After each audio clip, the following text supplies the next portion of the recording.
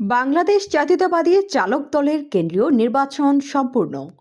সভাপতি এবিএম শাহজাহান, সাধারণ সম্পাদক ফজলে করিম সাগর, ঢাকা ২৬ সেপ্টেম্বর ২০২৫।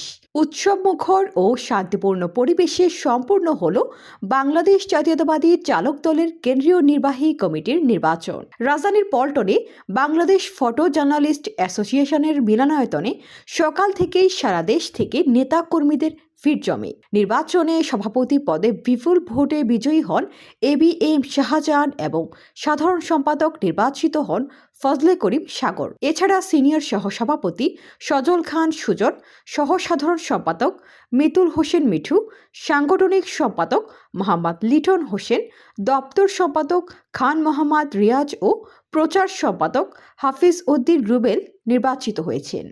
ফলাফল ঘোষণার পর মিলনায়তনে করতালির ঝড় ওঠে।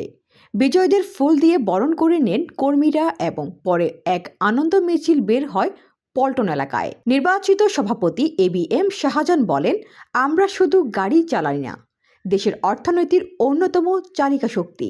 আবার আমরা আগাইছি, আপনারা যদি সহযোগিতা করেন আমরা রেজিস্ট্রেশন পাওয়ার মতো একটা রাস্তায় গেছি, সামনে আমরা এটা পাবো ইনশাল্লাহ। চালক সমাজের ন্যায্য অধিকার আদায়ে আরও শক্তিশালী কণ্ঠ হিসেবে কাজ করব। শ্রমিক দল যারা করে তাদের বহু প্রকার শ্রমিক তাদের সাথে মিশে আছে, চালকের সাথে একমাত্র চালক দলই মিশে আছে। অতএব বাংলাদেশের চালকরা নির্যাতিত, নিপীড়িত। পাশাপাশি সংগঠনকে প্রযুক্তি নির্ভর করে মাঠ পর্যায়ে আরও সুগঠিত করা হবে।